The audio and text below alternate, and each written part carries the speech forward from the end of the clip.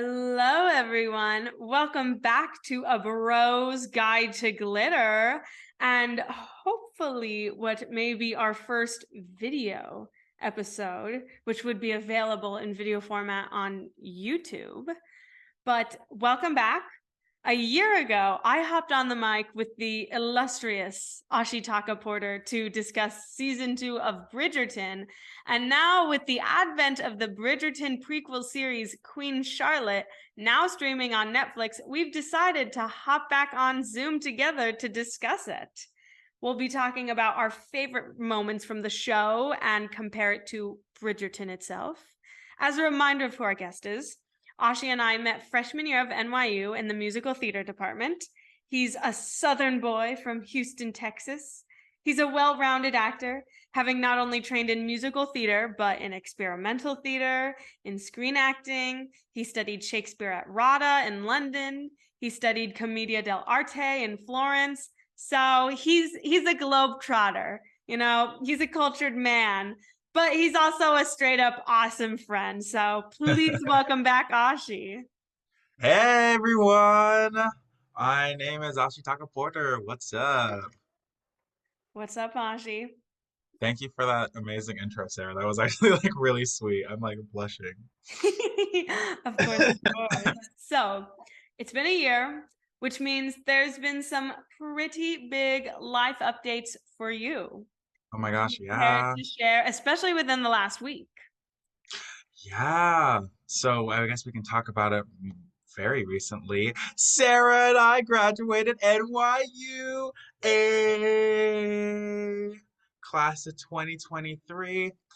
Yeah, we finished graduation. It was a week of like super fun. We got to see like a lot of friends, but it honestly was so stressful.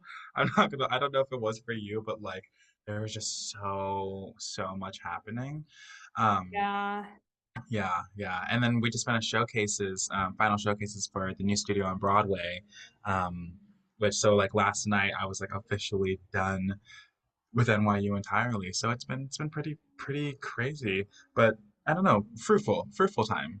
Yeah, and definitely, I mean, we had talked about this at Yankee Stadium, even though like I didn't have finals like a week before and I wasn't like Mhm. grinding up to the last moment like you were. And because I graduated in December for like the listeners that don't know, I officially graduated in December, but I had the ceremony then. And so I've been living in LA and working a job. So Yeah. this was like my vacation Yeah. more than it was for everyone else being like, oh, I'm done. Like it's the final release. But even though it was like a vacation for me, it was still like, be here at 9, be there at 11, be there Yeah. at 1, be there at 1:30. Yeah. And oh, you're gonna be here, but like you're not gonna have time to have a meal. Um, Yes, exactly so that. very rigorous. I just Very was so rigorous. tired today. My God, same. I like woke up at 10 and then went back to sleep at like 1. Like Yeah. Well, I'm recovering. I'm coming back from like East Coast time, and so I knew I would like wake up pretty early. So like I naturally woke up at 6.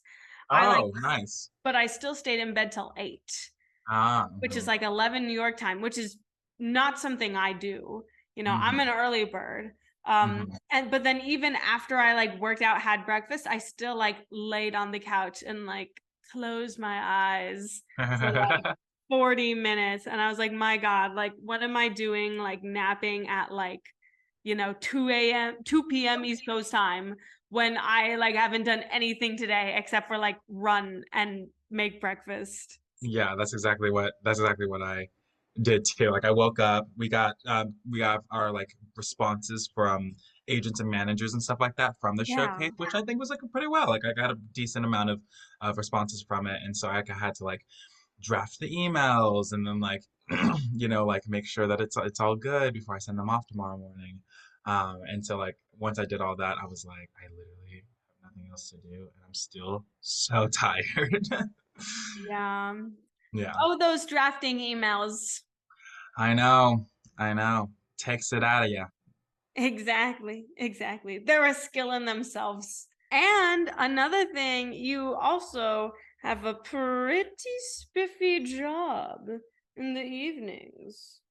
that, you know. Oh, yeah, yeah. I mean, like it's just for the summer, but Mhm. I now am working at the Public at the Delacorte Theater, just working in front of house. It'll be like a fun job. But like literally this morning, I also got a scheduled interview to be one of like the audience wranglers for Here Oh Lies my Love. gosh. Yeah, and so like, and They that were one gonna pays hire you anyways, I know, one yeah, way or right. So if I'm another. not, I got the final callbacks for that show, and I didn't get into the show, but I still can work on the show, just not on stage. So like that's kind of my thing. Like, because if I can work on the show, then I can learn it, so that and it's an open run now. Yes, So I think that just puts me like in a much better position to like come back. You know what I mean? Um, exactly. Final callbacks for Broadway, but like, you know, that doesn't mean it's not possible for replacement cast and or tour. Exactly. Yeah, exactly. So I'm really excited about both of those prospects for the summer, especially because it'll be like my first couple jobs out of college, and they're still in the theater. So like I don't feel like I'm away from people in my community.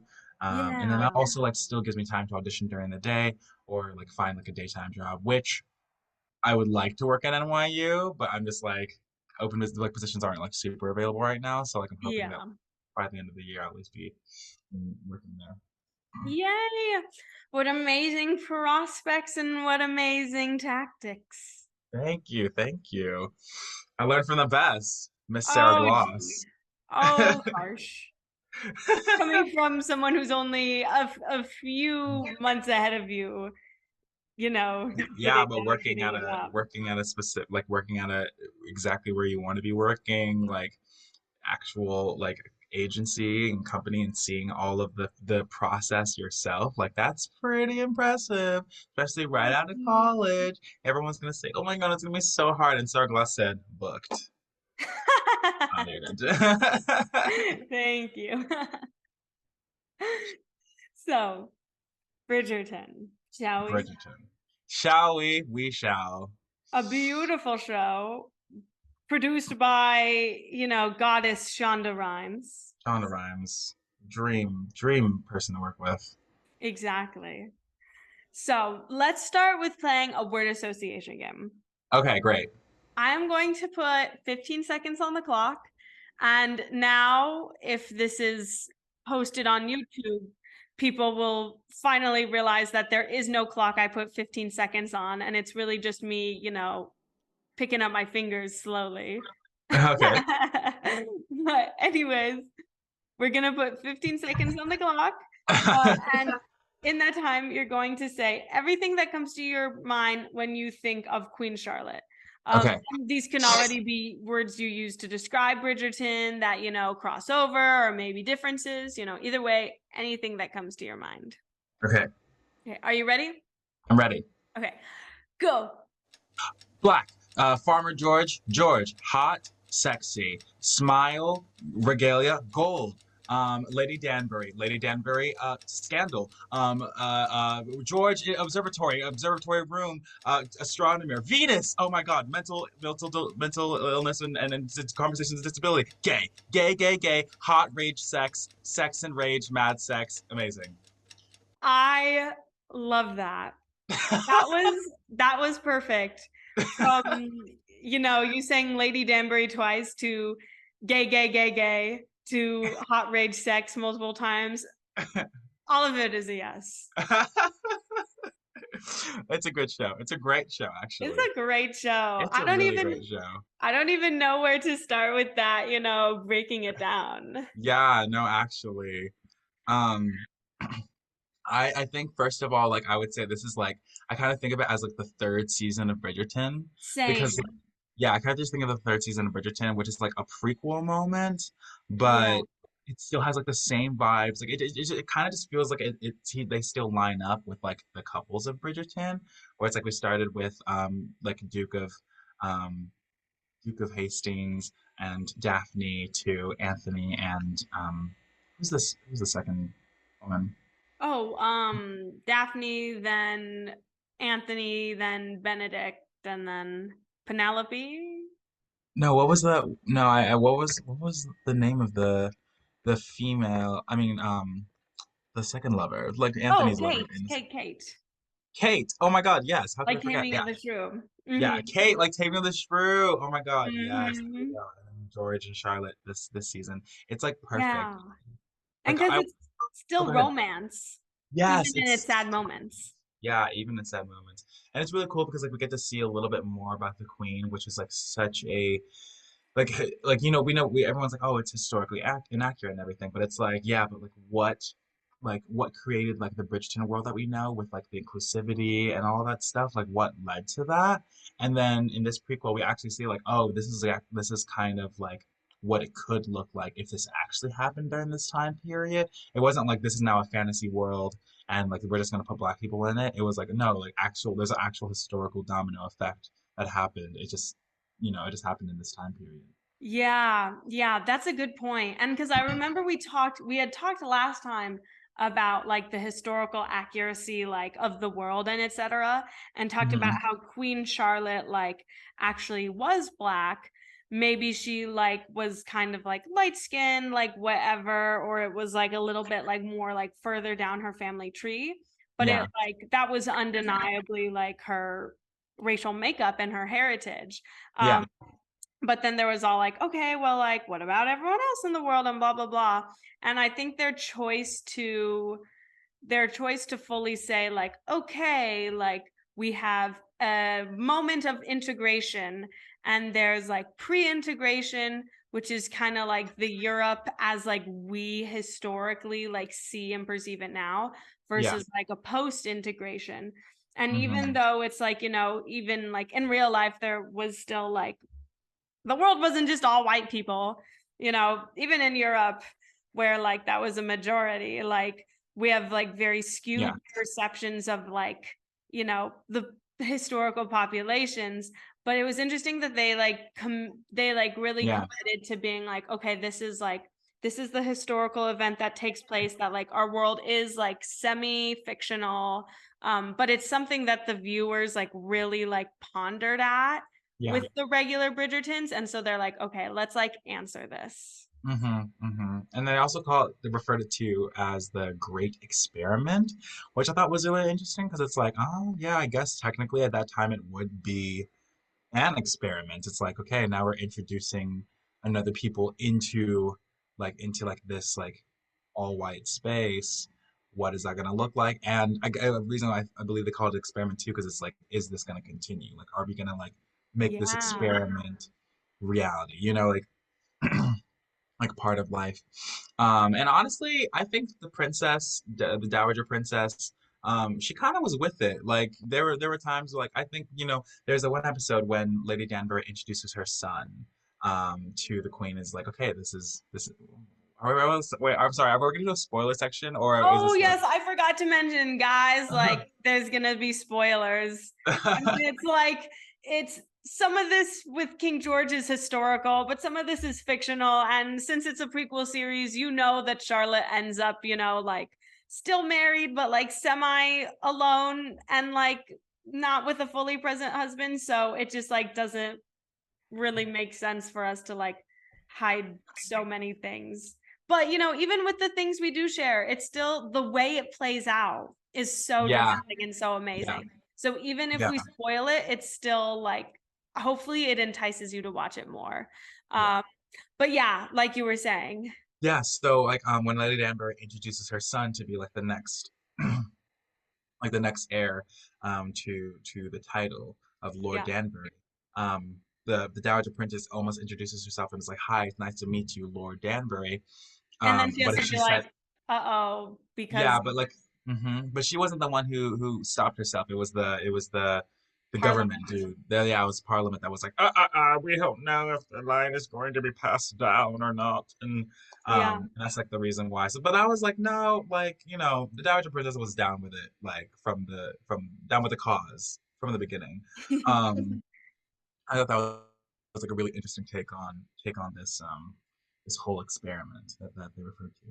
Yeah, well, and also the thing I realized in the last week is that America has been referred to as the Great Experiment. Oh, really? Yeah, in terms of it being like, a melting pot, which really is more like a salad with salad dressing anyways, in my opinion. But like, just like America being like all these different people from different places, like people who are like Native Americans are like no longer the majority, and there being all these Mm, different religions, and it being whole like starting as wholly capitalistic, and there never being any kind of king in like America only. So right. that's something that you brought that up, and I just realized that. And so Interesting. I wonder if choosing the words like great experiment was like if they like knew if they were like trying to hearken to America and suggest that, or if it was just kind of like coincidental.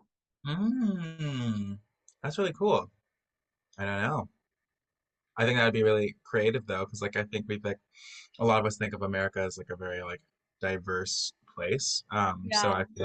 I feel like if that was like um the connection that they were relating it to, then it would make sense because it was like, well, if Europe was looked like America now, but that time. Yeah. Yeah. That's really cool. I really like that, Sarah. That's a really cool observation and something that you learned. Oh, thank you, thank you. Words on the street end up being important later. It's Yeah. a real life callback. Come on, history major. So the other words in, the word association game was gay, gay, gay. Gay, gay, gay. And that was another aspect that, for like the last two seasons of Bridgerton, the fans had been like, hey, gay, gay, gay. And the writers were like, gay, gay, gay, gay, gay. And people were like, that's not gay enough. Yeah. There was like hints in Bridgerton seasons like 1 and 2. There were hints of like, gay Benedict. romances. Yeah, especially with Yeah. Benedict. Um, Yeah. but there were a lot of like gay fans of the show who were like, yeah, like can I see a relationship like me, please? Um, but but there's still like the rub that it's based on the original books by Julia Quinn. So whatever happens in the Mm. Julia Quinn books, like they like twist a lot of stuff, but they like still like are like playing with like a certain amount of things. And there's the idea of like, what can they do? It's that time period. What can they do openly versus like what happens Right. in the shadows? But Right. in Queen Charlotte, they answer that question because Reynolds and Brimsley, which Mm-hmm. is the King George's footman and Charlotte's head footman, the two of them are in a relationship. And so that Yes. like gives a gay relationship. And because they're both like footmen, they're not necessarily worried about like getting married in order to preserve like their titles and estates. Right. Right. Right. Right. So I thought that Mhm. was a very clever solution to that. And they're That happy to is. live together. Yeah. They lived almost together. They almost lived together. So. Yeah. Hmm. Oh my God. Yeah. That is They. I was not expecting it. I was like, oh, wow. Especially because like when we first meet them, they're like, great, they are married. Would you like to hang out later? And then he's like, yeah, sure. And then it's like, boom, they're like taking off each other's clothes and like having a Yeah. conversation. And I was like, oh, that's what he meant by come to my chambers later. That's It's like awesome. 1 second they're just like boring ass coworkers. The next second it's like, whoa, next shot they're naked. How did we get here? I know, and it's so funny because it's like they're still working because like they're having conversations about their job while Yeah. having sex, and it's so funny. It's so funny. Yeah. But I guess that also leads into why they're having a conversation, which is George marrying Queen Charlotte and then not showing up for the next few days. Yeah. And I thought it was so interesting, like the power dynamics in their relationship, Hmm. because they're like, I like read something about this, which is the idea that like in like the 2014 Tumblr era, there were all these straight girls, like shipping gay men together. and really Mm. like fawning over like, Sherlock and Watson, and Mm. like fawning over Louis like and Jesse Harry. Steele. Yeah. Yeah, exactly. Louis and Harry. And even like, like Luca, the movie that came out a few years ago. Oh Like people yeah. were like, oh my God, like couple goals, and obviously it's like gay fetishization from like straight women is like real and like a separate thing. But but like I saw this article that basically like talked about the fact that like a lot of like straight couples Mm. um portrayed in media, there is like inherent power dynamics with it and power struggles. And sometimes it's people can enjoy leaning into like the like power differences, and the power dynamics can be like enjoyable depending on like the context and the time, whatever, but then it gets like difficult at other times. Hmm. And there's still the idea of like wanting to be, I think like with feminism, people are like, it's a lot easier to like find a man who like says he, wants to treat a woman as someone who's smart and intelligent and, deserves a great job. But Hmm. like, who knows what's happening like to the male ego underneath. Um, Interesting. and so Yeah. basically, this article was saying that like watching a romance like between two guys is like really appealing towards straight women because it eliminates a sense of like negative power dynamics. um Oh wow. yeah. Huh. That And makes a lot of sense. yeah, and I think that the best, like, and even I mean, not to get too like PG-13 though, shunned, this show is pretty PG-13 already. Even when we like think about the dynamics of like, oh, like, are you like, who's a little bit more dominant, who's a little bit more submissive, I know, like right? what are the positions behind closed doors. Well, I think that and even like this, but like one of the best books I've read, like Song of Achilles, like Oh was yeah, yeah. very specific and like not giving those details, Mm. even in terms of conversations, like trying to keep things like pretty even. Yeah.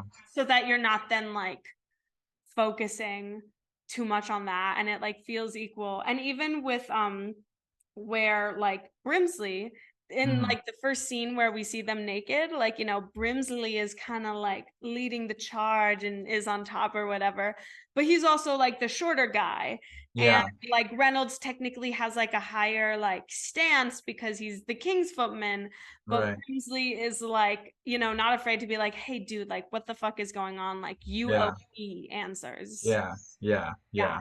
It very much is really, I think that I know the way that they wrote their dynamic and relationship was really cool too, because it was like they were in a committed relationship, but it didn't really get in the way of their job. It was just like an Yeah. added benefit or like an added um I mean, sometimes it was an added obstacle towards it, but it wasn't like their relationship was the problem. It was just the problems were in their jobs, essentially. Like when they would have issues of with like what's wrong with the king and like what's going on, like why isn't this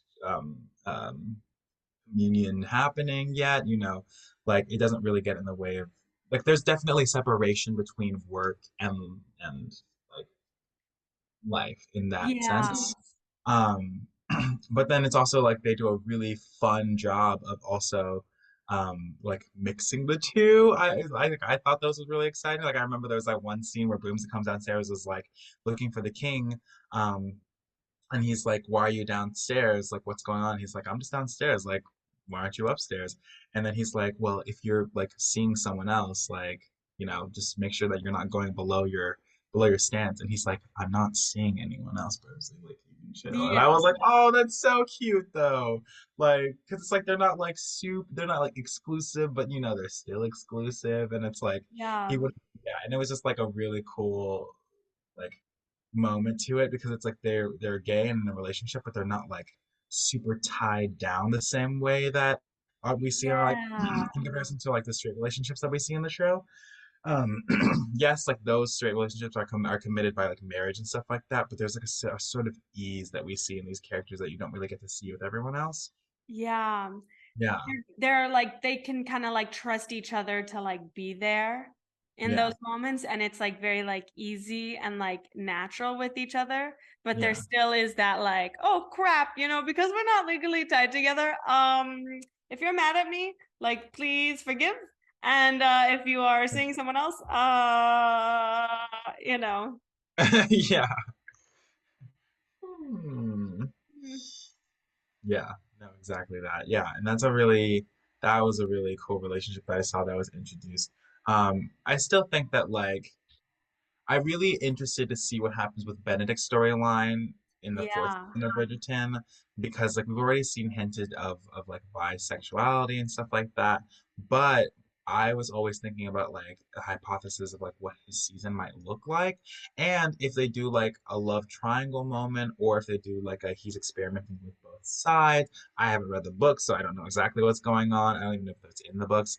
But like if he does experiment in that sense, like who would he end up with? Like, what, like, is there an actual, like, would they be able to, like, have him explore men without just, like, ultimately putting him with a woman? Because, like, if they do that, then it's like, oof, it kind of just seems like he's just using men to, like, figure out that he actually just likes women more, or Yeah. do like a love triangle situation, but during the time it doesn't seem like, and then also in the world of Bridgerton, it doesn't seem like homosexuality is an accepted thing, like the same way that like inclusion and diversity is. So like I don't know, the world's not really set up for us to have like a genuine like legal in a sense like gay relationship. So I don't even know. I don't know if it'd be too risky to even explore that in an actual Bridgerton season with like the main couples. You know what I mean? Yeah, and it's already like Bridgerton season 3 is, I guess in the books it would have been, Daphne, Anthony, Benedict, and then Colin and Penelope. But Hmm. with like but now instead season 3 is going to follow Colin and Penelope, which I get why they did that in terms of like that's what like with the ending of season 2, that's what feels right. And that's what Yeah, audiences really want to see currently, like a little bit yeah. more than Benedict, though he's obviously like ramping up too. But I'm with season 3 not coming out till like I think like later this Next year. year or early next year, right? It's Yeah, going to be like kind of a long time till we get Benedict's story. And I'm like, no, I know. faster. No, I know. And I really do not see a gay relationship like really coming out of this third season because like we didn't even get introduced Yeah. in like there's no like possible gay relationship that was in the Ton at the time or like in Bridgerton. So like in the Bridgerton series, other than Queen Charlotte, but we know how that relationship ends in Queen Charlotte, and we don't know why or how. We just know it ends. So yeah, so I'm really interested to see if they're going to continue with a gay storyline in the Bridgerton world, or if it was just a moment in Queen Charlotte and we're never going to get it again. Yeah. And maybe they do give him a gay boyfriend, but instead, or a gay husband, but they're like, okay, but he's the B plot for a season. He doesn't get his own season. But that would be sad. Mm, yeah, Oh. it would be sad. So when I was thinking about some of my favorite scenes in the series, I think the very obvious favorite to a lot of people is when George and Charlotte first meet. So good. Which is like for the viewers who haven't watched it yet, um what essentially happens is Charlotte arrives in England. She is betrothed to marry George, but she has not met him. She is like in her wedding gown about to walk into the chapel, and she is like, she has not met this guy, and she is asking all the servants like, what is he like? Does he have any hobbies? Is he nice? Is he mean? Does like just tell me what food he likes, and they won't Yeah, tell her like anything. yeah. And so she's like, F it, I'm running away. And as she is in the garden trying to climb over the wall, who shows up but King George? George. Mm-hmm. Just George. Farmer George. Bravo, George. So what's really cool about that relationship and how it started was Queen Charlotte is attempting to climb over the wall. Like she's physically like climbing branches to climb over the wall and run away in a wedding gown, which In is a so yeah. funny. And George, who we don't know is George yet, is finds her and is like, "What are you doing?" And she's like, "I'm trying to get over this wall." And he's like, "Why?" And she's like, "Because I'm marrying someone I have no, like, I don't know. Like, he could be a monster or like a troll." And he's like, "Okay, cool." And she's like, "Okay, well, if you give me a boost up, I'll be able to get over the wall." And he's like, "Well, I'm not gonna do that." And she's like, "I'm a lady in need. Why are you not helping me?" And he's like, "Well, I'm not going to help someone try to avoid marrying myself." And then she's like, "Oh, oh my God, I'm so sorry." And she goes to curtsy for him, and he grabs her hand and pulls her up. And it's like, oh my God, he's establishing that they are in a relationship, that they're equal. Yes. He hasn't even said his name yet. Oh my God, like this is crazy. And she tries to address him as the king, and he's like, "Just George." And it's like, oh, so sweet. And the moment that like, because I thought, oh yeah, like he's like a plain looking like guy, like he's like conventionally attractive, like really good looking. But the Yeah. moment that caught me, that made my heart melt and made me fall in love with George, was when he smiled with his teeth, because I feel Mhm. like in a lot of like romance shows, we get like a little smize or like a smirk or like a flirty like grin. But he Yeah. did a full like teeth grin, and it was like so sweet, so heartfelt, so warm. And then like while she was speaking to him, and she had like what I love about Queen Charlotte is that even in her younger years, like she has a lot of attitude and like a lot of like command over herself, and like they don't like shame that in any way. But like she was giving him an attitude and stuff like that, and he's just staring at her with his little like eyebrow raises and his like full teeth grinned, and I'm like, yeah, that's a man. Like it's just so like he's definitely like female gaze, like Yes. written by a woman, like so good. And And because that was the like the first way time we meet him. Yeah. Yeah, and because the way like she's climbing over the wall and he's like, God, you're amazing. Like he says Yeah. something like that. And because it's like she does show up and she's like, I brought my super sassy fun dress from Paris. And like her mother-in-law is like, actually, you're gonna like wear this modest one. And Yeah. it's like you're the queen, but like you're still gonna do it like our way.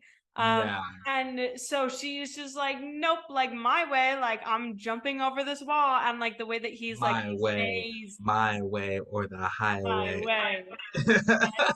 That's literally Queen Charlotte. Yeah, it's literally Queen Charlotte. But like he's amazed by like the way that she just like is out there. She goes for what she wants and will even do things that are like unladylike. Um, Yeah. if it's what has to be done. And Yeah. so he's into that. And then even the way that like she says, "Oh yeah, like I don't know him. Like I'm terrified. I don't want to marry someone I don't know." And he like Yeah. hears that. He isn't Yeah. like, oh, he doesn't even like try to be like, "Oh, like I'm offended," or like that's very improper that like you admit that. He's like, "Yeah, no, that is like so real." And Yeah. he's like, I'm a little scared too, but he's not like, okay, you're scared, I'm scared, therefore this isn't going to work out. He's like, okay, Right. so what do you want to know about me? Like, let's get to know each Yeah. other now. And she's like, Yeah. oh, well, she's so bashful. She's like, oh, well, my questions for you, and then like once, they have to get dragged back to the cathedral, he's like, okay, so like now that like we kind of quickly met, like, do you like actually want to marry me? and, Yeah. and she's like before she was dead set on not marrying him. She was literally like begging him to like help her climb over the wall. Yeah. And she's like, well, like she still doesn't know enough about him, but she's like Yeah. so like taken in by him. She's like, oh I well, know. if I get to marry you, like, yeah, I guess I can marry you. And it's so funny because like the difference between like we were talking about like the difference between like Bridgerton and this is that like with both relationships with Bridgerton we see like a courting before the marriage, But Yeah. with this one, it's a marriage and then the courting happens. And it's like really different because like we don't have a lot of circumstances. I mean, we don't have like a lot, yeah, we don't have a lot of circumstances leading up to the marriage that make them fall in love with each other. So like they had a really hard challenge of like making us fall in love with him the first time we see him, which is really difficult. Like, you know, like essentially that was only like a 10-minute scene before they got like officially got married. And like that was only like our first introduction to George, and the fact that they were able to write him well enough, and he was like able to like act it well enough to for us to fall in love with him and like trust that he will be a good caring protagonist throughout the season was like really well done, and I think that's why he is like one of my favorites out of the three seasons. Yeah, I think to like your earlier point, I like, I mean, everyone has their own type. Like, of course, like the actor playing George, like, is attractive. Yeah, But I, in real life, like meeting people on the street, I would be more attracted to like Anthony or Simon. But yeah. George's personality Oh my is the God, most attractive out of all of them. all of them. Yeah. And because he has like a sort of, he has like this like emo struggle that's really attractive. I Yeah, yeah, mean, yeah, like Anthony and Simon are emo in their own ways, but it's yeah. kind of like, okay, you're a The spoiled brooding. rich dude. Yeah. Yeah, like get over yourself and just like have a baby with your wife. Like George has like real struggles that he is Yeah, like trying to like fix and push down, and he's trying to like save his wife in the process, and it's like, oh yeah. my goodness, the I path. think what's beautiful too is that whereas the first two seasons, the female characters are trying to teach the men how to be better people, in Yes. this season, the female character being Queen Charlotte is trying to help George like help himself in a way, or like allow himself to be loved, and like that's so like it's like the same but so different because like the reason why he's not spending time with her is because he wants to protect her from him, because like how could anyone love someone who's going through something with like through his like mental illness, or which was never diagnosed in the show, so we don't really know what it is, but we just know that it like is a huge burden for him, Yeah. and he doesn't want to put that burden on his wife. But in his distance, it like drives them farther apart. And it's like it's just so insane because I feel like it's the same formula every season, but it's written so differently that it just feels like an original take every single time. And it's just so good. Yeah. Yeah, this each season is like wholly different from each other, Yeah. but like so good. Also, we got the intense rage sex scenes in the third episode. Like usually we get that like closer to the end after they get married, or like there's something leading up to it, but we got it fast and I loved it. I loved it. That's okay. So my favorite, wait, is it, it's too early to talk about my favorite episode? No, yes, go talk about your favorite episode. Okay, my favorite episode was episode three. Yes, Well, one, same. first of all, yeah, like everything, so much happened. Like episode three was Coronation Day, and in the coronation, this is like, I think um, this is after Queen Charlotte has found out that he's been in his observatory like the entire time. Yeah. Yeah, and so like he's been like studying the stars instead of spending time with her, and she's like kind of pissed about it. And he like tries to make up for it by like giving her a Pomeranian, which he calls a deformed bunny, which I thought was so funny. And then like they try to make up, but then she's still pissed about him not being with her. So Coronation Day happens. They're like they have this whole ruse where they're like in love and it's beautiful, and then but they immediately hate each other. But since their job is to have a baby, they have a scheduled time when they have sex every week, and it's every Wednesday. Um, and so like they like every Wednesday like they have sex, but they like hate each other every other day. So they're like, it's Wednesday, it's time to have sex. And when they have sex, it's like rageful and so passionate. And it's just like there's like clothes ripping off and everyone's mad at each other. And then they'll like go back to things as regular. They have like sex after an argument, and it's so funny. But I think like the one scene when they were arguing at the dinner table and then all of a sudden just start making out, and all of the servants are around them, and they're like literally starting to tear each other's clothes off, and like Brimsley and Reynolds are literally like, get them out now. And then like that scene happens, and then we see like Brimsley and Reynolds outside of like the dinner doors, hearing like crashing and moaning and like things breaking. That was so funny. Like I was very satisfied with like the way that Mhm. that panned out. Yeah, it's so funny. I actually like do really love the, enemies to lovers Yes, me vengeful too. like sex trope, which is Mm-hmm. like because Darcy and Lizzie in Pride and Prejudice, Kylo Mm-hmm. Ren and Rey, like it's just such a good trope. And which Mm-hmm. is funny because I don't know what that says about me because I've not had any situations like that. And if Yeah. someone yelled at me, I wouldn't be like, wow, like, yeah, I must really love you. I would be like, and I would instantly cry. But No, exactly. I loved watching it here. I think I just Yeah. like the idea of, they can't hide their love for each other, I know. even But amongst. technically, it's like forced proximity, though. Like their situation is very much like a forced proximity thing, where it's like you're supposed to be together, but like because we're supposed to be together, I hate it even more.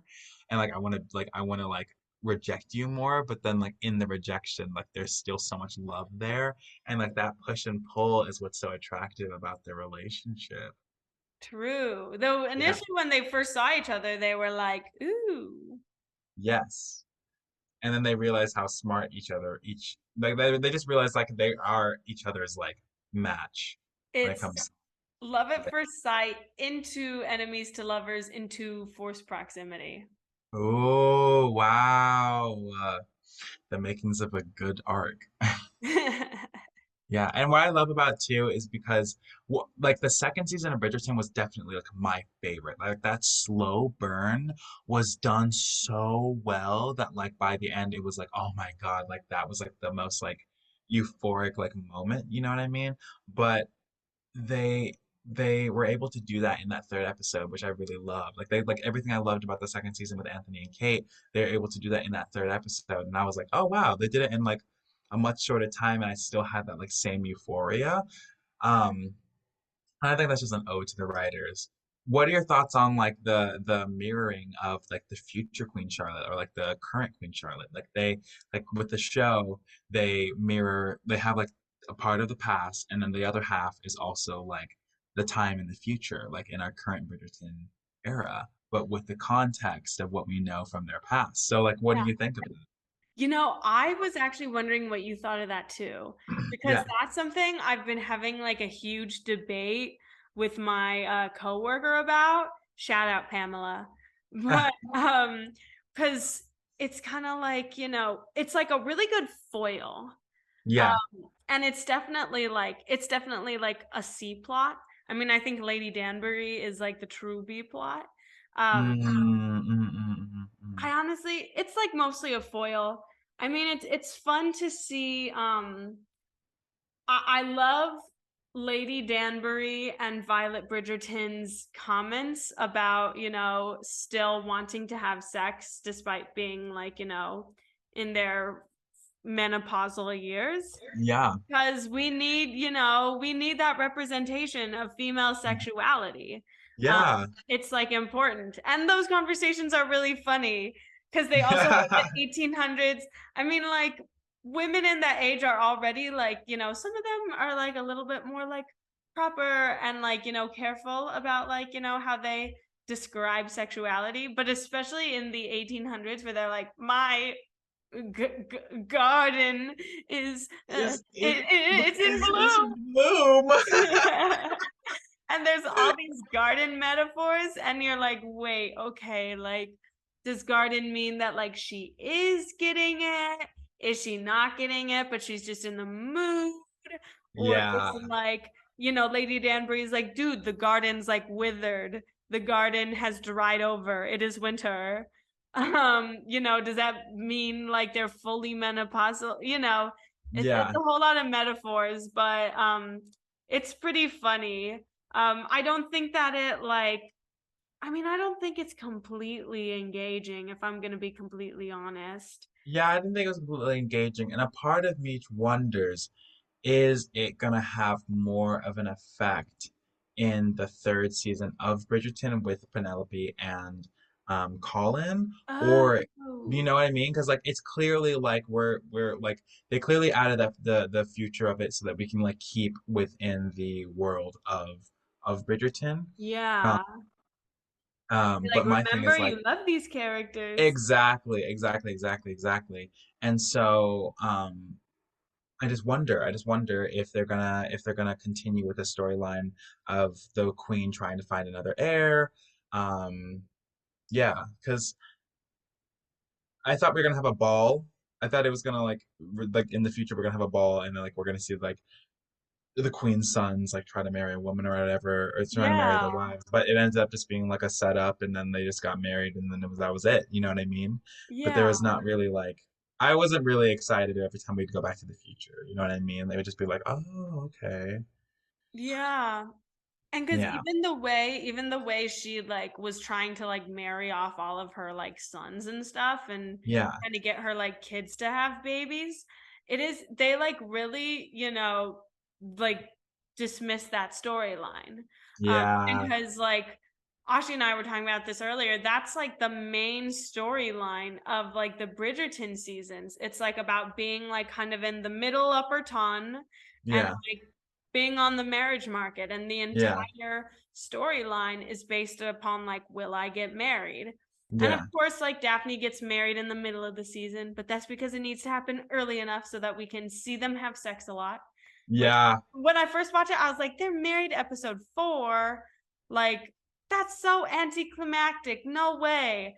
I'm used to Jane Austen where they get married at the very end and that's like the goal the entire time.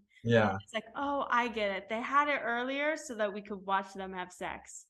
It's yeah, pretty funny. yeah, But like that's not the even though that's like Charlotte's goal for her children, that's not like the goal of the series. yeah, So it's exactly, odd to see that shunted away, especially when exactly. we know that there's so many single like Londoners Hmm. in the ton who need spouses.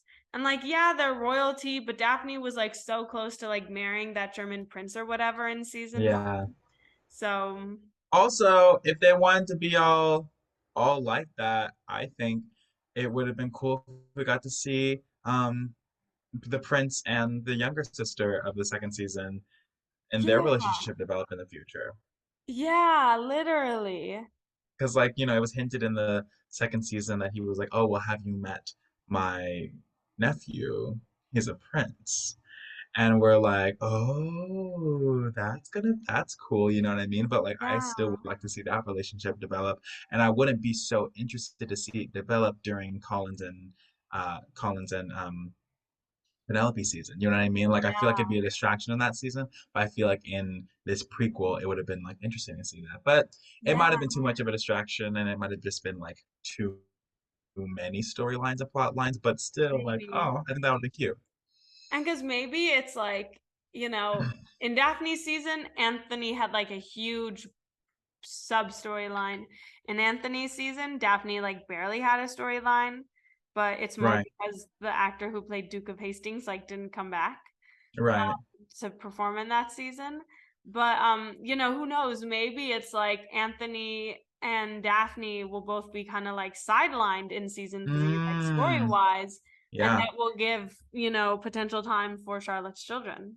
Yeah, my biggest thing is that like Penelope and Colin actually like never really interact in the world of Daphne or Anthony, whereas like because Daphne and Anthony are the eldest of the men, the male and female offspring, like they Yeah. kind of like are connected in a way, but Colin and Penelope like are the youngest, or not the youngest, but like they're like the younger ones, and they don't really like live in that or have to interact in that world. So I wonder if they're even if Anthony and Daphne are going to really have much of a storyline in this season at all. Well, it's so weird though because Colin is actually older than Daphne. Yes, but he's the youngest out of the three oldest boys. I was just Yeah. saying that like they're the oldest of their like Of their icing, I respective, see. yeah, their group. Yeah. And because Yeah. it is weird how they're like, oh yeah, if you're a man, like you're gonna wait till you're like 35 to get settled down. I gotta sow my wild oats. And then with women, it's like, okay, like you're 16, like here's a crash course on sex, like lay there and like do that now. Okay, bye. Yeah. Yeah, I know. That's still It's a just big like energy. Colin gets to travel the world while Penelope is literally like Lady Whistledown because she has no other way to change things. Yeah, yeah. Yeah. LOL. But I am very, very interested. That's why I'm also very excited to see season 3 of Bridgerton because like how is Lady Whistledown going to like like we already know that Eloise knows who she is. Like we know that Yeah, someone knows who she is. So like yeah, how is that like just like besides just the romance between Colin and Penelope, how the heck is this whole thing gonna go down? Because she's still wanted by the queen, you know? yeah. Like the queen still wants her head on a stake, figuratively. So, like, is that like is it gonna be like a big reveal and like that's gonna be like, oh my God, and then like what's that gonna mean for season 4? Or are we gonna like find a way to cover it up? Is someone else gonna take the fall? Like, oh my gosh. Yeah, for Mm-hmm. real. That's a good point.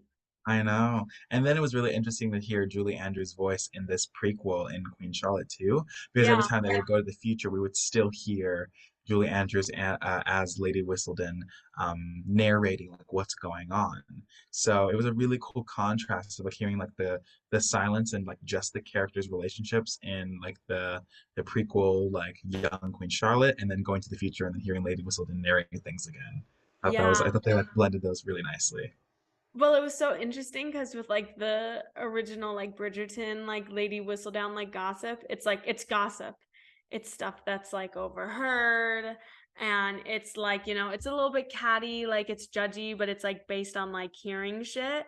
And I thought Yeah. it was funny that with the like the Queen Charlotte, like the Queen Charlotte digs, it's like she can't see like she's not in the palace. She can't see like Queen Charlotte looking forlornly out the window and being like, damn, like she's sad. I've observed Yeah, her. It's yeah, like from a distance being like, you know what I just realized? Like uh-huh. she's trying to get spouses for her children, and like Queen Charlotte herself is like pretty lonely. Like she doesn't know much, but she's still like throwing rocks at this glass Yeah, house. And it's like, yeah. damn, Lady Whistledown, like you are coming for her I when know. like nothing is happening. I know.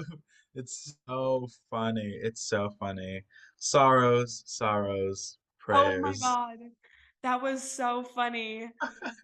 Which is like, that's even something that like, I do feel like the older Queen Charlotte is like sassier.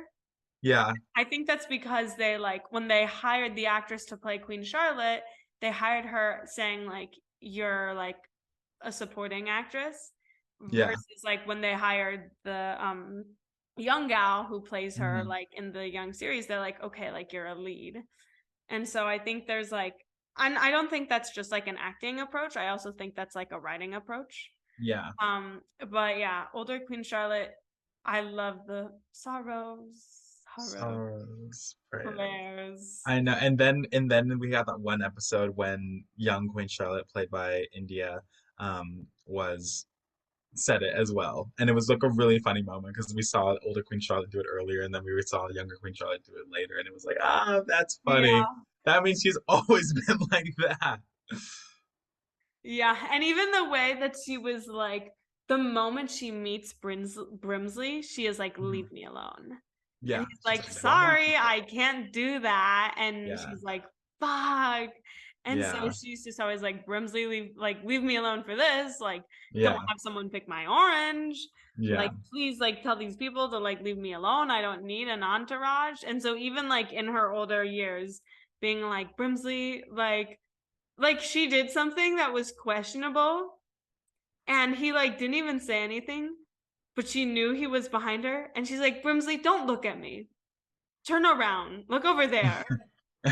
And he like, she couldn't even see him or see why he was making a judgmental face, but she's still like, he's here and I care what he thinks, look around, Brimsley, shut Yeah. up. Shut up. Yeah, no, I really love the way that all of the relationships develop in the future. It's really cool because like in like or in Bridgerton, we see Queen Charlotte and Lady Danbury like kind of like have a relationship and like in the sense that like we see them talk a lot and stuff like that, but you don't actually realize that they're like genuine best friends until you see Yeah. this pre-show because like I didn't realize they were the exact same age either. Like they're the same age, like they've been friends like since the beginning, and I love that moment when Queen Charlotte leaves the house to go to Lady Danbury's to stay there, and Lady Danbury's like, if you want me to like help you, like you like I and like we have to like change this dynamic. Like I have been coming to you as a subject, but like if you want to be friends, we need to start over. And I thought that was like a really like Lady Danbury, like even in prequel Queen Charlotte is a freaking badass. Like Yeah. she's so awesome. And like I know that she was like one of my favorite characters in Bridgerton, but like seeing her arc and seeing her development, it's like, yeah, no wonder, you know? Yeah, I loved watching Lady Danbury's story. And it was Yeah. definitely kind of like same thing. In the first Bridgerton, they're like, oh yeah, that's Lady Danbury. Like she's super wealthy, super landed, and like is pretty close with the queen. But it's Yeah. like you don't know how close, right? It's like she Yeah. might be like extra wealthy, and so therefore she just has like a little bit more access to the queen than like someone like, Lady Bridgerton. But like that Yeah. doesn't have to mean anything. But like Hmm. this story fleshes out like no, they are actually like close friends, and like Yeah. they shared like these confident secrets with each other. And Yeah. even the way that like you see Lady Danbury come into her own. And I Hmm. remember before, like when I was like one episode in, people being like, oh, the actress like really copies the mannerisms, and me at first being like, what? I don't feel like she's like Lady Danbury at the moment, Hmm. Hmm. and that's because when she starts, she's really young. She doesn't have her title yet. She's married Yeah. Lord Danbury, but before they're Lord and Lady. And so she's just like young and naive with this like much older husband. Um, Hmm. and then she gets like thrust into, the ton, and Queen Charlotte like sees her, likes her, thinks she can trust her, and is like, hey, okay, like, can I go to you for advice? And Yeah. she does have like a wealth of wisdom and advice, but she just had never like, relied upon her own wisdom and advice, and, believed in it to like spread it out loud the way she does in Bridgerton. But the Yeah. queen goes to her, and then she's like, wait, you're asking me for advice? Like, Yeah. you're the queen. Okay, I Yeah. can give you my advice. And Yeah. you like see her like come into her own, Yeah. get her power when like her husband dies, when she's, Yeah. getting with other men, when, she is like making exchanges and like, cahooting with the dowager princess, and like you Yeah. see her like over like the episode, like clearly become the Lady Danbury she is today. And so Yeah. it's like all the more exciting to Oh watch. my God, yeah, 100%. And I think it's really cool because like I think they show a really, really great arc with like with their mannerisms. Like it's Yeah. because at the beginning of the season, I didn't really see the now Queen Charlotte and the now Lady Danbury in their characters, but by the end of that season, you can see them like literally becoming the people that we see now, like see today. And it was just like really cool how they did it because it's like yes, they're like like years and years and years apart, but you can see like okay, something has changed, and this is exactly what like started the domino effect to like what we see today. Um, and it's just beautiful. Like I remember in the last episode when Queen Charlotte goes to Lady Danbury and is like, "You should have come to me about the title. If you want this relationship to continue, you cannot lie to me, or else I will have you beheaded." Like I mean, like she didn't Yeah. say it exact those exact words, but it was very much like you either trust me or like you will not be in my presence any longer. And Yeah. it was like, oh wow, like and it felt it was like a little scary because it was like oh my gosh like you're the queen and like you're showing your power and you're putting Yeah. your foot down, but it was also like really beautiful because it was like yeah, I'm the queen, but like we're friends, and if you can't trust me, then I can't trust you, you Yeah, know? And so it was like it was still like a really beautiful moment. And like you saw in the actor's face of Lady Danbury, like she kind of like smiles and is like, got it. And I just thought that was really beautiful because I feel like, just like as a young adult myself, I think like when people try to show authority, like it makes me nervous because I'm like, oh, why are you speaking to this? yeah, Did I like mess up? I'm sorry. But it's like there's also the side of like, oh wait, no, they are speaking up because they care about me. And like they wouldn't like they're upset that I didn't put my trust in them, even though they've shown that I can trust them, you know what I mean? And like that is what happened in that moment. And it was so beautiful. It was like, wow, okay, like just because someone shows demand or has like a affirmative tone does not mean they don't like you. It actually might mean that they like you even more, you know? yeah. And because if I was literally thinking, if I was in Lady Danbury's position, I would do exactly like what she did. I like would Mm. kind of like, be, I mean, she like does like say to Queen Charlotte, like, hey, like this great experiment, it's important. Like, get pregnant. Don't fuck this up for us. But I Yeah. wouldn't be like, I would be so afraid to be like, excuse me, like, can my son have my dead husband's title? Yeah.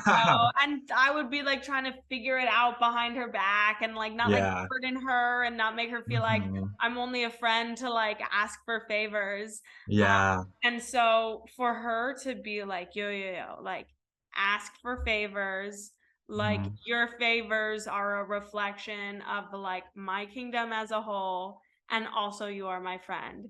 It's like it Yeah. shows really, even though she's all like fabulous and like you do this, you do that, it reveals how like grounded she actually is. Absolutely. Absolutely. Yeah. Beautiful. Love Lady Danbury. The thing that I did not see coming in the whole show was a very, twist, surprise, scandalous love Scandal. affair. Ooh. Shock. Surprise. Exactly. With Hmm. the one and only Lord Bridgerton, as in Violet Bridgerton's father. You mean Daphne Bridgerton and Anthony Bridgerton's grandpa? Exactly. No way. Which is funny to think about because then that makes you see her as like two generations above Yeah. Daphne rather than one. Yeah, exactly. Exactly. It's so funny because like she's also like older than Violet. I wasn't sure how old Violet was in this season though, because I know that um She looks like 13, 14 to me. yeah, 13, 14, and then Lady Danbury is probably around Charlotte's age, and Charlotte was 17, so I'm thinking like 17 to 19 is probably their age range. Oh, wait, that's actually so true. Yeah, which means she's only like 5 years older than Violet. Ew, now I'm suddenly, oh, before this moment, I was like, yes, like Lord Bridgerton and Lady Danbury, slay. But now I'm like, ooh, Oh yeah, that's true. Is she he like she he might just be got with a 18? gal, like Yeah, she might just be barely 18. legal. Well, technically, technically, she's been legal for a few years, but in our True, day, she's barely legal. true. And But then before, again, she was with Lord Danbury, exactly, her so it's ex-husband was way older, so this is way, a way older. major upgrade. Major upgrade. Even though for me it was a little bit like, oh, okay, that's really interesting because I mean, it just gives like another layer to that relationship, like just a Yeah, different layer to that relationship. But I mean, I kind of liked it. I'm not gonna lie. I thought it was like same. really. I kind of liked it. Okay, I also kind of liked it because it's like, haha, fuck, Lady Bridgerton of that time because she was like racist and like Yeah, bigoted, and then like Violet and her dad were like, what do you mean? Like they're the same people. Like they say have the same titles as us and everything. So like, why are we discriminating against black people? And then for her dad to like cheat on her mom with a black woman, it was like, ultimate revenge. yeah. That's reparations.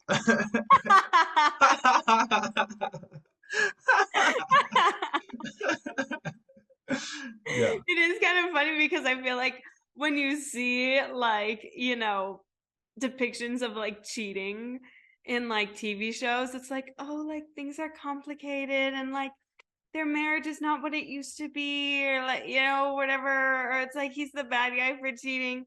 But like the writers were just straight up like, okay, we're gonna make Lord Bridgerton cheat on his wife. How can we excuse this? Boom, Lady Bridgerton is racist. And the audiences are like, yep, okay, that's bad. Lord Bridgerton, Lady Danbury, let's see you get it on now. Yes, that's so funny. Oh my God, that is so funny. I have to admit. Yeah, but I mean, it was scandalous, but not in a way that like it's scandalous in Bridgerton, because like no one knows about it. Like, and like no one ever found out. I mean, we did have an inkling of it when Violet in the future finds the party hat that her dad makes for special people at Lady Danbury's house. And was Yeah. like, oh, that's weird. And then we saw the gears turning. And I love that one conversation that Lady Danbury had with Violet in the future when there were no words that were said, but there was like an understanding that they had. And like you could tell that like Violet was like a bit hurt about it, but then Lady Danbury was like, I understand, and I loved him too, and we're gonna leave it at that. And then Violet being like, wow, okay, so it did happen, and okay, like I'm not gonna ask any more questions.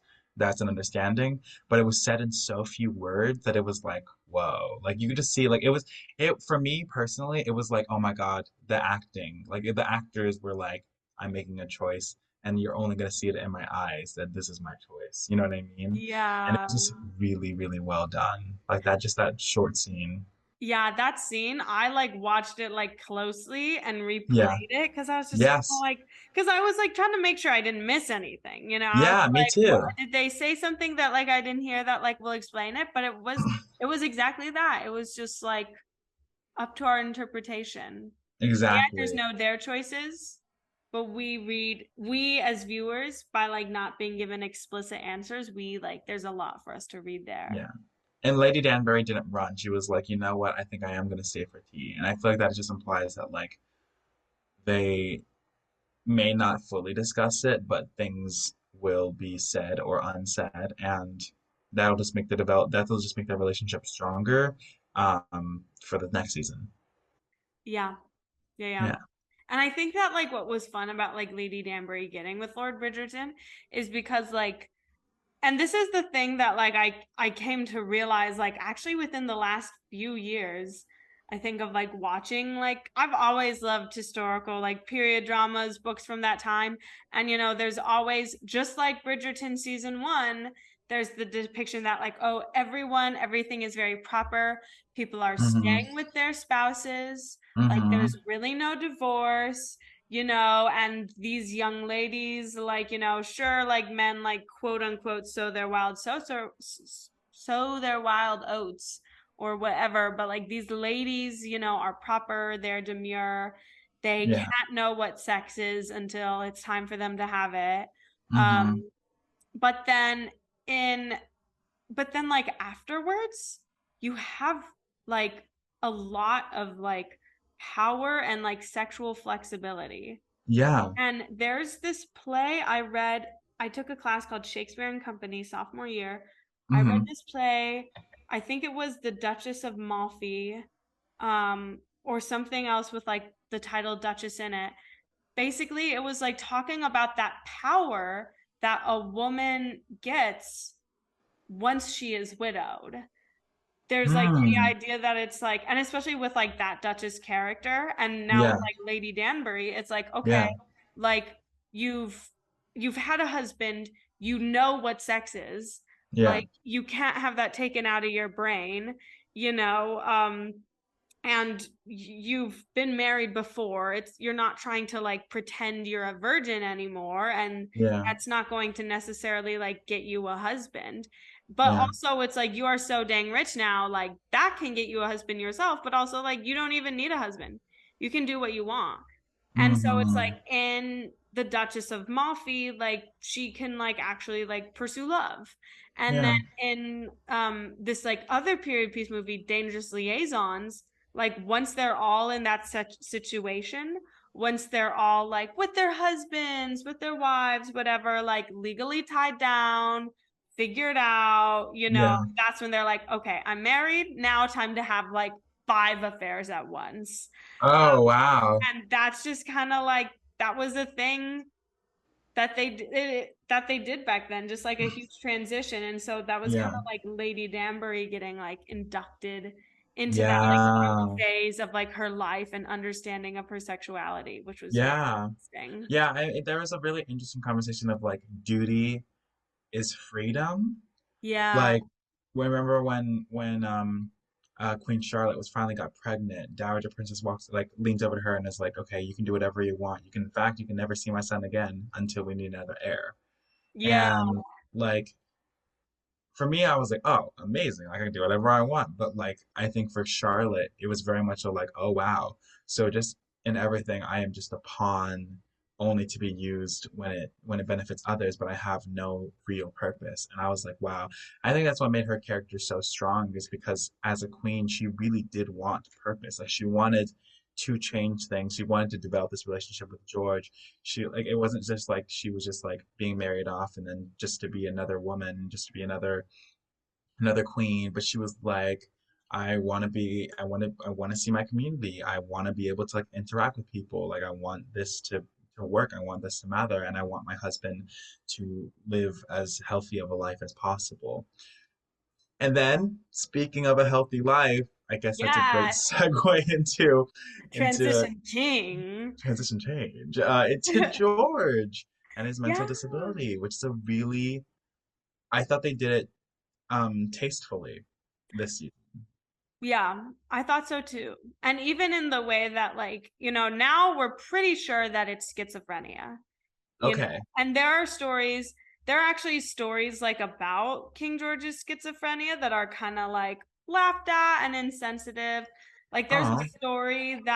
there's a story that he saw a tree and thought it was Frederick the Great of Prussia and tried to have sex with the tree.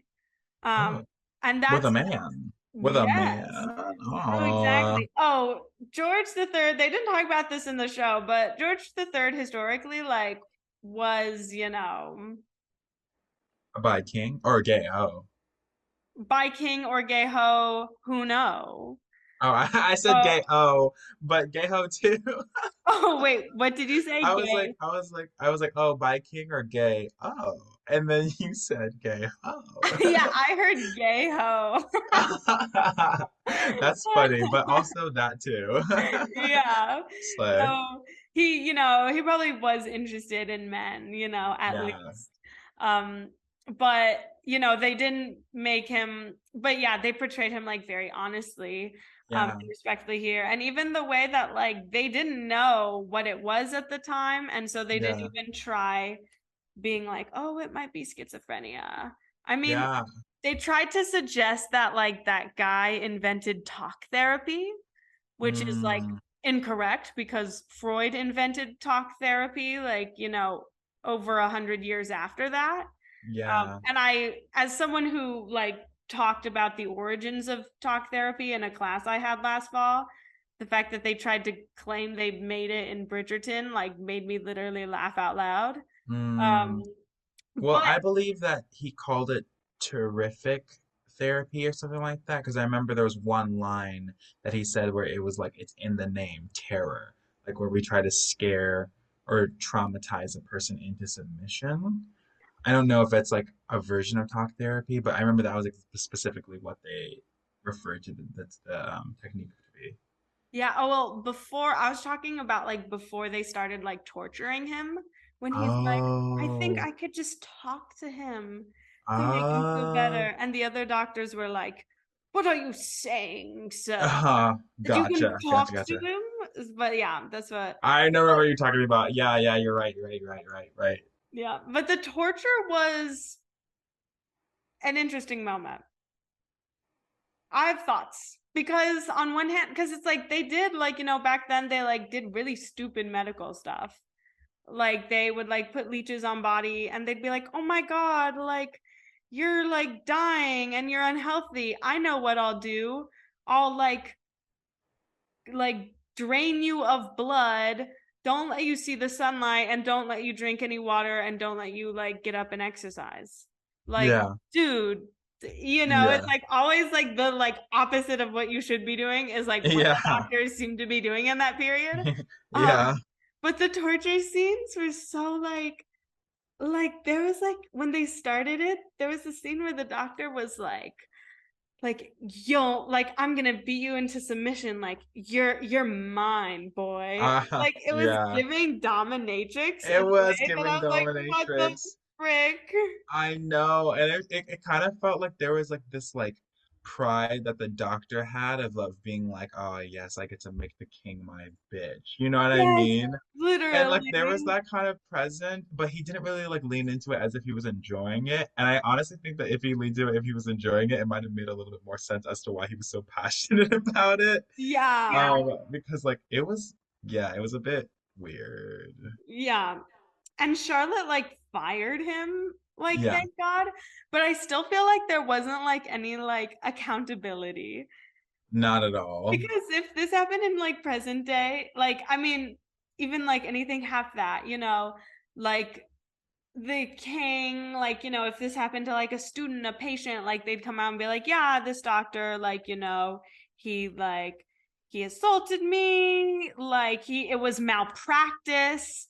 I Yeah, but I then like again, remember he worked at a psychological hospital, and we already yeah, know that even in the 70s and 80s, there were so many like malpractices that were happening at mental institutions that just were never talked about and were never. yeah, So we know, like we know that that is at least on that side with like psychotherapy and like and mental illness and stuff like that. Like that is a world that is not talked about specifically because those kinds of practices are happening in that world and no one wants to talk about it or address it. So I feel like that was like uh, the one way that like because like he's like a weird doctor and all the doctors were trying to like say he does weird stuff, but then when he started torturing him, it was like you know what? yeah, It's starting to all come together. It's starting to all uh-huh, come together now. So I feel like you're completely correct. Like today, it'd be like, oh my God, like he's terrible. Like he needs to like something needs to happen to him. But like at the time, like being that doctor, like actually kind of gives you more of a like more of a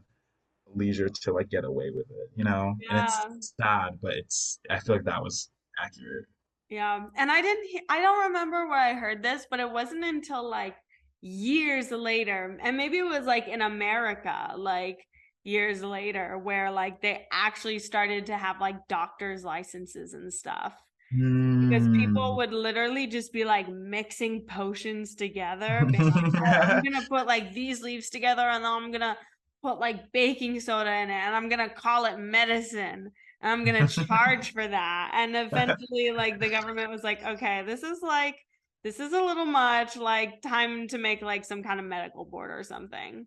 But yeah, he would have totes Yeah, yeah. lost his license today. Oh no, for sure. But that's so funny. Yeah, but oh, what did you think of the episode when the Queen, like he finally moved into Kensington House or something like that, Like and moved in with her. yeah, moved in with Queen Charlotte, and he like had an episode where he like took all his clothes off and ran into the garden and was like screaming at Venus, like, take me." I loved that. I mean, Yeah. I love the fact that he was like just so comfy cozy that he forgot to leave and he stayed over, you know? And but even like I was so glad that she got to see like his, mental like disability like firsthand. I mean, of Hmm. course it was shocking to her. She's like, what the heck is happening? But like it was kind of like, I don't know, she kind of needed that plunge into cold water since like no Yeah. one was being honest with her and it was like Yeah. the only way that it would like come out. I was Yeah. like super relieved when she found out.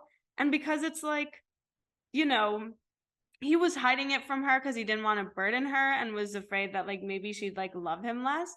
But like Yeah. she had, thankfully, it's like enough time had passed by that she developed feelings for him that like she had like the perfect response of being like, of not being like, ew, you're weird. She was like, Yeah. what's happening to my husband? Like Yeah. as if like something else was doing it to him and she needed to protect him.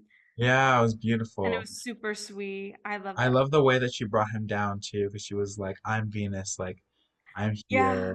And he's like, what? I thought you were in the sky. And she's like, no, I'm right here. I'll take you to bed. Which then evolved into, I think there was an episode before the last episode where she says, like, I'm Venus. And then she's like, no, I'm not Venus. Like, I'm Queen Charlotte. I'm your wife. I'm Charlotte. And like, that was like, it showed like that progression of their relationship where like they loved each other enough to where just being herself is what grounded him. Like she Yes. was his anchor. Yeah. Yeah, and because seeing how she like brought him to like reality, like all those Hmm. other people trying to bring him to reality were like, dude, wake up. Your Highness, pay attention. Your Highness, pay Yeah. attention. But she like quickly figured out that like that wasn't going to work. She like figured out like his inner brain and was like, hey, like Farmer George, Farmer George, hey George, Hmm. like you hear? You hear? And so in the final episode, when she like wants to like talk to him and she's like trying to talk to him at first, but like he doesn't listen. And then she's like, hey, Farmer George, and she like gets under the bed where like there's the Yeah. chandelier where they're under the bed talking. She's like, Oh "Hey, my get God, under the the bed, final Farmer George." episode. And so it's like he gets under the bed and he responds to Farmer George and he's there, like he's Yeah. conscious, and he's like, yo, Charlotte. And Hmm. that is like the sweetest moment. Oh my God, the ending was like, my God, the ending was so beautiful because like she's the queen what we know and love today. Like Yeah. big hair, super like not uptight, but like, clearly like a royal. And like she like got on the floor and got under the bed and was like, Farmer George, come here. And like gets under the bed with her. And then they have that moment where they're like looking at each other and he's just like, I love you. And she's like, Yeah. and then like she's just so like happy that he's like for a moment seeing her who she is and she's able to see him for like, who he is. And then they have that moment where like we see like the younger one looking at the older one and then like it flipping back and forth. Yeah. And I was like, oh, that's so beautiful. Like, because it was like a perfect tie-in of past and present, and how like everything that we saw in the past was not forgotten. It just has already happened. Yeah. And especially since like after that happens, he like kind of goes back into his like lack of consciousness.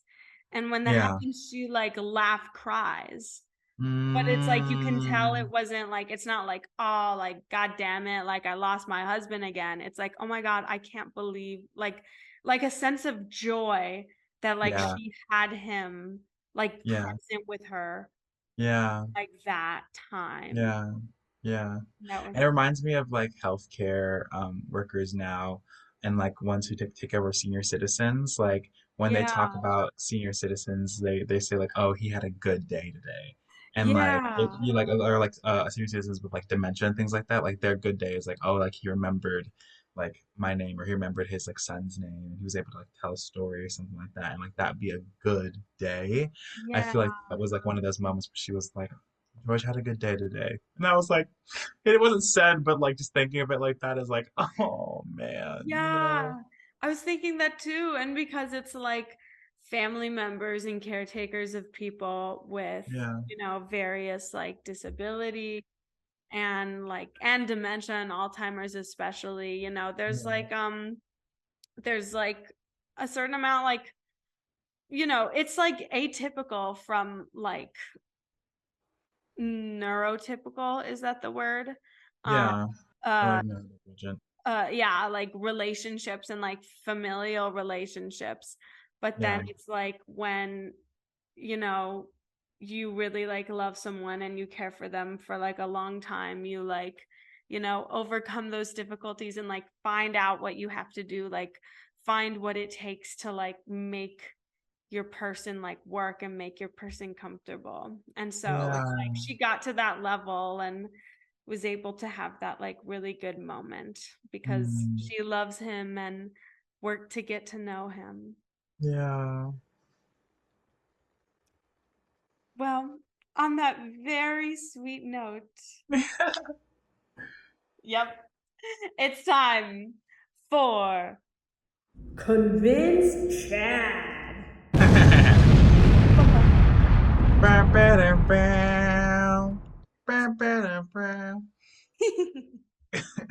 So, today's Chad.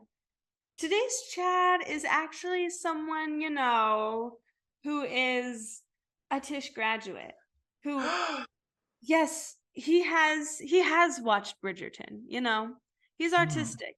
He's not completely, empty in the head, uncultured, as, the last Chad, you fought on this Mm. podcast. Today Mhm. you've got a Giga Chad. Okay. So this Giga Chad is, you're talking on the streets. You run into each other on the streets. You're like, hey, dude, hey, haven't seen you since grad. How's it going? And you're like, hey, did you watch Queen Charlotte? And he's like, yeah, I really liked Bridgerton, but I liked Bridgerton because I could put myself in like Anthony's shoes.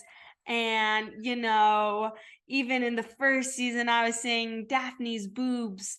And, I felt represented as like a horny straight man. But Wow.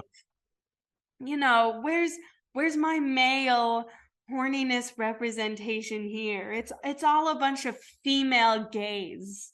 And, Uh-huh. you know, sadness. Wow. Why should I be into Queen Charlotte? Wow. Hey, King. How you doing? Well, remember earlier when you were telling me that you just have like no luck with women and like you feel like they always are asking of things that you just don't understand and everyone's always talking about like how the female gaze is like so beautiful and like women like men written by women and all of that stuff. Well, I have news for you, buddy. You have a play-by-play right here in Queen Charlotte, dude. Like Literally. literally, George was written by a woman and could not be more charming than he already is. Like even just a quick little smile is enough to get someone to marry you in 10 minutes. I'm just saying, you may not be able to do that right now, but maybe in a few years after watching Queen Charlotte, you'll be able to practice that technique of a smile and a gaze. Um, also, I didn't really love what you said about gay relationships in it, so I'm forcing you to watch it so that you can enjoy a really cute gay relationship and you can have a different view on homosexuality in general because it's not represented in Bridgerton and you need to educate yourself. Not because you're dumb or anything like that, because you're a giga Chad, but because it's cute and you should explore relationships that are not your own too. And also, your male straight horniness is 100% satisfied. If you want to just watch one episode and don't watch anything at all, watch episode 3 and you'll be satisfied over and over and over again.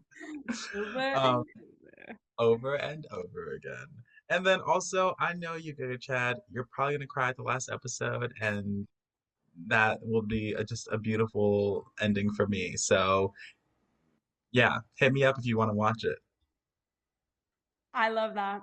That was a very well-rounded and convincing argument. Oh, thank you so much, Giga Chad. Appreciate it.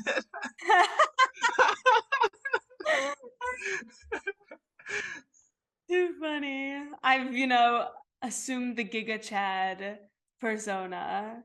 It's my You alternative have. identity. Uh-huh. As a NYU Tisch graduate, Exactly. we've actually taken 4 years to understand and become Giga Chads. Exactly. They Mhm. with NYU they say gay by May. I say Giga Chad by May. Giga gay. Giga gay, Giga. Giga gay, right? Well, Ashi, thank you so much for coming on the podcast again.